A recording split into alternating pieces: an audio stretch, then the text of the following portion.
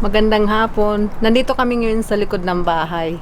Ine-enjoy namin ni Ayla yung tawag dito yung weather ngayon kasi yung weather ngayon parang weather sa Pilipinas ngayon nasa mga alas 11 ng umaga hanggang alas 5 ng hapon sa Pilipinas. Ganito yung weather ngayon dito. So, ayun, tambay kami dito sa likod ng bahay para ma-enjoy naman Ayla yung ganitong weather.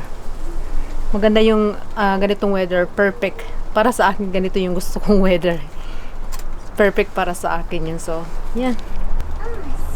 So, ayun, dito lang muna kami. Hanggang sa magsawa si Ayla sa labas maglaro. Ayun siya, oh. Naglalaro ng bucket na nilagyan niya ng buhangin yung bucket. Puno ng buhangin yung bucket. So, ayun, maglaro lang muna siya dyan sa labas. Hanggang sa magsawa siya. Kasi enjoy namin yung weather ngayon. Sobrang ganda ng weather ngayon.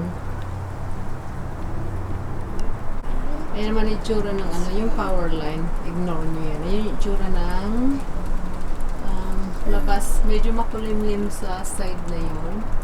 Pero dito, oo nga, makulimlim ngayon yung weather. Parang uulan ata mamaya.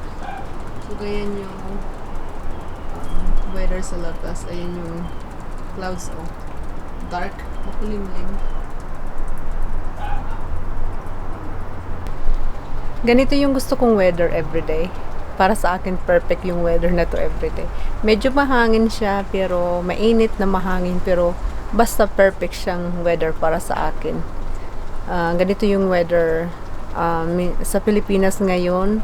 Pagka hapon na, maganda na yung panahon kasi medyo mahangin, tsaka hindi na sobrang init. So, perfect talagang weather para sa akin.